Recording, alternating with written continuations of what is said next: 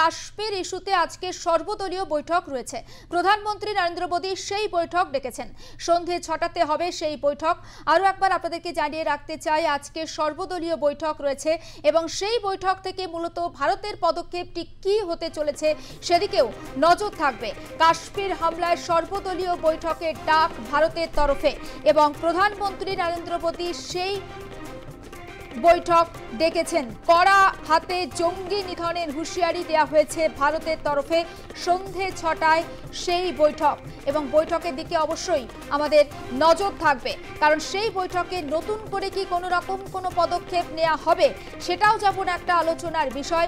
পাশাপাশি এই বৈঠক থেকে ভারতের পরবর্তী পদক্ষেপ ঠিক কী হতে চলেছে সেদিকেও আমাদের নজর থাকবে, কারণ যেভাবে আমরা দেখেছি যে পেহেলগাঁওতে জঙ্গি হানা এবং সেখানে 28 জন পর্যটকের মৃত্যু, তারপর গোটা দেশ কার্যত প্রতিশোধে আগুনে ফুঁসছে এবং তার মধ্যে আমরা দেখি প্রধানমন্ত্রী নরেন্দ্র মোদী সৌদি সফর কাটছাট করে তিনি দেশে ফেরেন।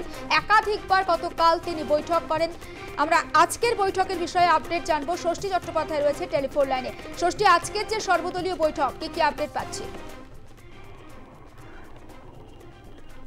দেখো, কাশ্মীরে জঙ্গি হামলার পর সৌদি আরবের সফর কাটছাট করেছে দেশের প্রধানমন্ত্রী নরেন্দ্র মোদী এবং নিরাপত্তা সংক্রান্ত বিষয় ইতিমধ্যেই কিন্তু জানা যে ক্যাবিনেট বৈঠক হয়ে গিয়েছিল এবং সেই বৈঠকে কেন্দ্রীয় স্বরাষ্ট্রমন্ত্রী, প্রতিরক্ষা মন্ত্রী, বিদেশ মন্ত্রী এবং জাতীয় নিরাপত্তা উপদেষ্টা থেকে শুরু করে চিফ অফ ডিফেন্স স্টাফ প্রত্যেকেই তারা সেখানে উপস্থিত ছিলেন।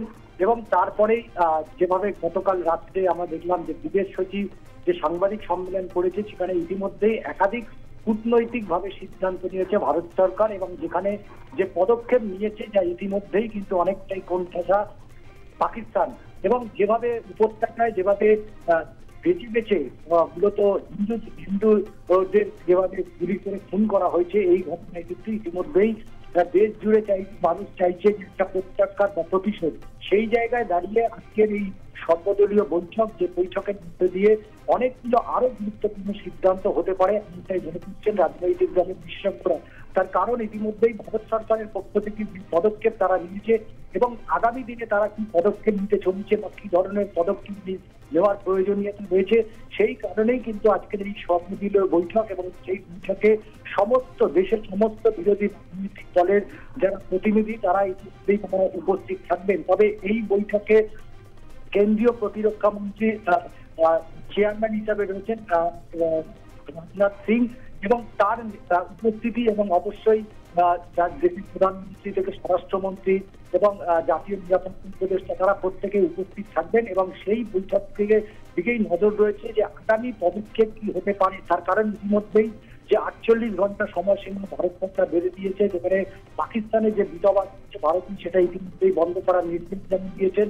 তার পাশাপাশি পাকিস্তানিকে নতুন করে কোনো ভিসা যেমন দেওয়া হবে না এবং যাদের ভিসা রয়েছে তাদের প্রত্যেককে দেশে ফিরে যেতে হবে এবং সিন্ধু যে জলবন্টন চুক্তি হয়েছিল 1960 সালে, সেই সিন্ধু জলবন্টন চুক্তি ইতিমধ্যেই বাতিল করে দেওয়া হয়েছে এবং যে সীমান্ত সেই সীমান্ত সিল করে দেওয়ার সিদ্ধান্ত নিয়েছে, যা অনেকটাই কোণঠাসা এবং পাকিস্তানের যে সেখানকার যে চাষবাস সেটা কিন্তু অনেক বড় ধাক্কা ইতিমধ্যেই তারা খেয়েছে। যা গতকালকেই তারা জরুরি ভিত্তিতে পাকিস্তান তারা বৈঠকে বসেছিলেন।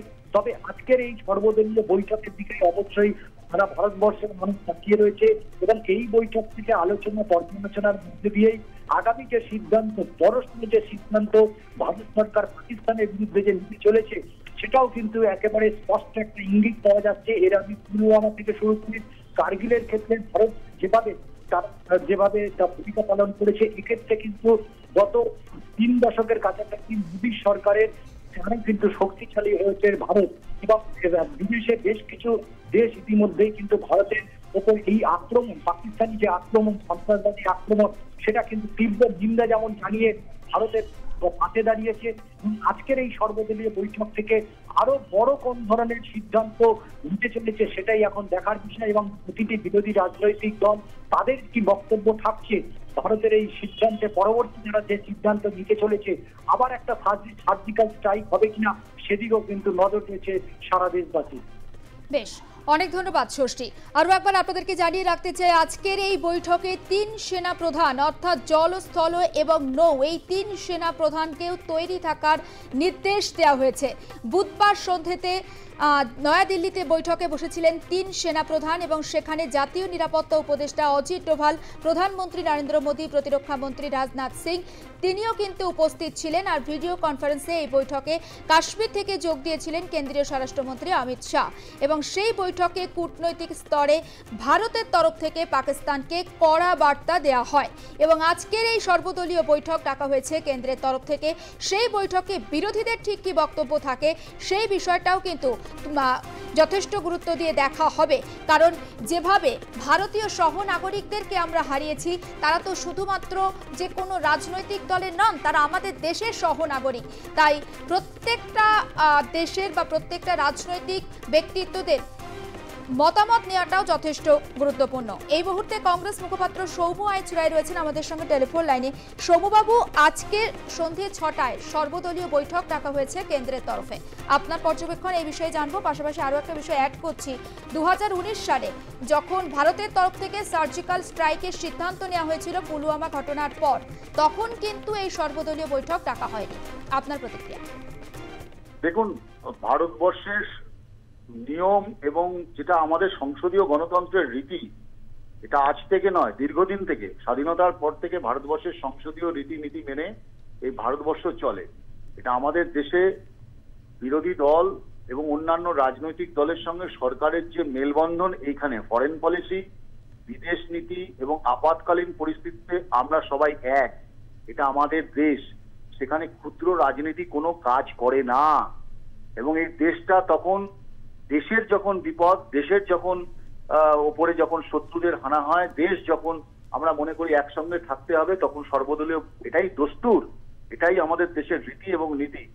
আমাদের দেশটা গণতান্ত্রিক পদ্ধতিতে চলে, ফলে কোনো সময় যদি না ডেকে থাকেন, আজকে যদি ডেকে থাকেন, সেটা বিষয় নয়।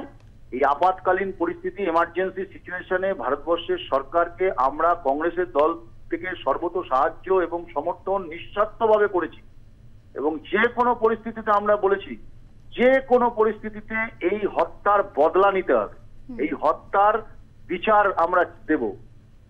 সেই জন্য এই সরকারকে, আমাদের সাথে রাজনৈতিক মতবিরোধ থাকতে পারে, আমাদের সাথে রাজনৈতিক তফাৎ থাকতে পারে, কিন্তু বিদেশ নীতিতে, লড়াইয়ে এবং ভারতবর্ষের বহিঃশত্রুর আক্রমণে আমরা সবসময় একসঙ্গে ছিলাম, আছি, থাকবো। ইন্দিরা গান্ধীর সময় হয়নি, পণ্ডিত জওহরলাল নেহরু, ইন্দিরা গান্ধী, তারাও এই ফর্মুলাতেই চলেছেন এবং রাজীব গান্ধী এই ফর্মুলাতে চলেছেন। আমরা আশা করব যে আমাদের বিরোধী দল যারা সরকারে আছেন তারাও সবসময় এই নীতি মেনে চলবেন এবং সর্বদলীয় বৈঠকটা যে একটা দস্তুর, এতে দেশ শক্তিশালী হয়, ভারত শক্তিশালী হয় এবং বিশ্বের মানচিত্রে ভারতের সম্মান আরো বাড়ে। তাই আমরা সবাই এক কাট্টা। বেশ, অনেক ধন্যবাদ আমাদের সঙ্গে কথা বলার জন্য। কংগ্রেস মুখপাত্র সৌম্য আইচ রায়ের সঙ্গে আমরা কথা বলছিলাম। অর্থাৎ আজকের যে সর্বদলীয় বৈঠক সন্ধ্যে ৬টায় রয়েছে, এই সর্বদলীয় বৈঠকে শাসক বিরোধী প্রত্যেকেই কিন্তু সহমত, অর্থাৎ পাকিস্তানকে যোগ্য জবাব দিতে হবে। আর আজকের সর্বদলীয় বৈঠক থেকে আরও একটা বিষয় স্পষ্ট হচ্ছে, ভারতের একতা, ভারতের ঐক্য। পাকিস্তানকে শুধুমাত্র কোনো রাজনৈতিক দল হিসেবে জবাব দেবে না ভারত, জবাব দেবে ভারতীয় হিসেবে, অর্থাৎ প্রত্যেকটা ভারতবাসী হিসাবে। যে ২৮ জন সহনাগরিককে আমরা হারিয়েছি, তাদের প্রতিনিধি হিসাবে পাকিস্তানকে জবাব দেবে ভারত। আরও একবার জানিয়ে রাখতে চাই, আজকের এই সর্বদলীয় বৈঠকে ৩ সেনা প্রধানকে কিন্তু উপস্থিত থাকার নির্দেশ দেওয়া হয়েছে। বুধবারও কিন্তু বৈঠক হয়েছিল এবং সেই বৈঠকে উপস্থিত ছিলেন ৩ সেনা প্রধান, উপস্থিত ছিলেন জাতীয় নিরাপত্তা উপদেষ্টা অজিত ডোভাল, উপস্থিত ছিলেন প্রধানমন্ত্রী নরেন্দ্র মোদী, প্রতিরক্ষা মন্ত্রী রাজনাথ সিং। আর ভিডিও কনফারেন্সে কাশ্মীর থেকে যোগ দিয়েছিলেন কেন্দ্রীয় স্বরাষ্ট্রমন্ত্রী অমিত শাহ। আজকের এই সর্বদলীয় বৈঠক নিয়ে আমরা কথা বলবো। বিশিষ্ট আইনজীবী তথা বর্ষিয়ান সিপিআইএম নেতা বিকাশ রঞ্জন ভট্টাচার্য রয়েছেন আমাদের সঙ্গে টেলিফোন লাইনে। বিকাশবাবু, আজকের এই বৈঠকটাকে কিভাবে দেখছেন? ভালো তো, একটা বৈঠক দেখেছেন, সর্বদলীয় বৈঠক, এটা একটা ইতিবাচক দিক। কেন্দ্রীয় সরকারকে এই সংকটময় মুহূর্তে সকলকে সঙ্গে নিয়ে কাজ করতে হবে এবং সেই কাজটা সাংবিধানিক দৃষ্টিকোণ থেকে হবে, ধর্মীয় দৃষ্টিকোণ থেকে নয়। সেই দৃষ্টিকোণ থেকে বিচার করলে পরে সর্বদলীয় বৈঠক ইতিবাচক পদক্ষেপ। 2019 সালে 14 ফেব্রুয়ারি যখন পুলওয়ামার ঘটনা ঘটেছিল তখন কিন্তু সর্বদলীয় বৈঠক ডাকা হয়নি এবং কেন্দ্র সরকার একাই গিয়ে বা একাই সিদ্ধান্ত নিয়েছিল সার্জিক্যাল স্ট্রাইকে। দেখুন, পুলওয়ামাটা একটা পুরোপুরি সাজানো তত্ত্ব ছিল। সার্জিক্যাল স্ট্রাইক উৎসব করে ভোটের জন্য করা হয়েছিল। আজ পর্যন্ত পুলওয়ামার তথ্য সামনে এলো না। কেন্দ্রীয় সরকার চূড়ান্তভাবে তথ্য গোপন করছেন। এতদিন খুব লম্ফজম্প করছিলেন যে কাশ্মীরে শান্তি হয়ে গেছে একেবারে। আমরা তখনও বলছিলাম যে শ্মশানের শান্তি। আজকে ঘটনা প্রমাণ হলো যে কাশ্মীরে সন্ত্রাসবাদ দমন তো হয়নি, বরং সন্ত্রাসবাদ কার্যকলাপ চলছে। সেখানে আমাদের কেন্দ্রীয় দপ্তরগুলোর ব্যর্থতা চূড়ান্ত। সেই জন্য আজকে মান বাঁচাবার জন্যই হয়তো সর্বদলীয় বৈঠক।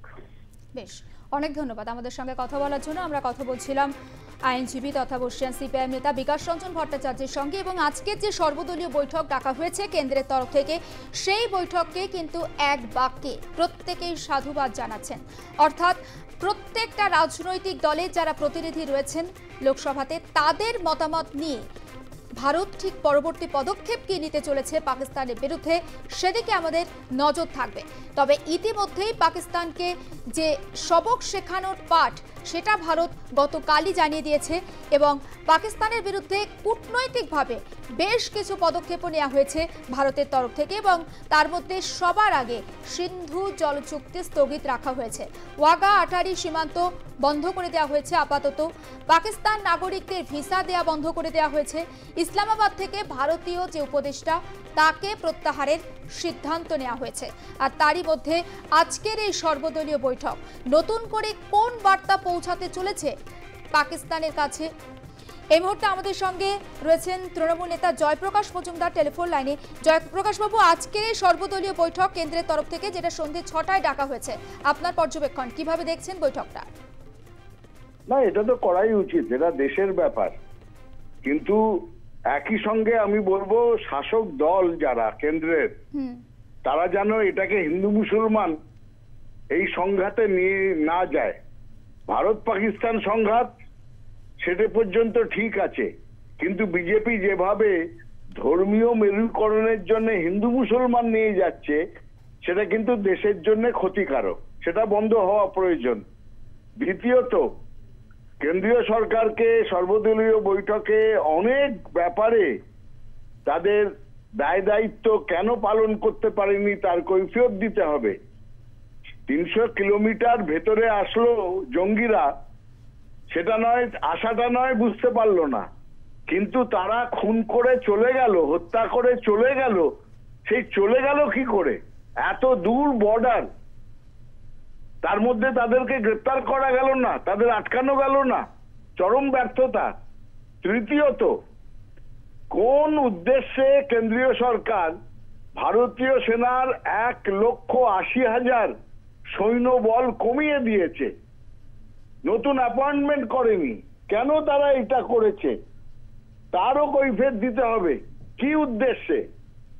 এবং আজকে ইন্টেলিজেন্স সিস্টেম সেটা কেন ভেঙে পড়েছে?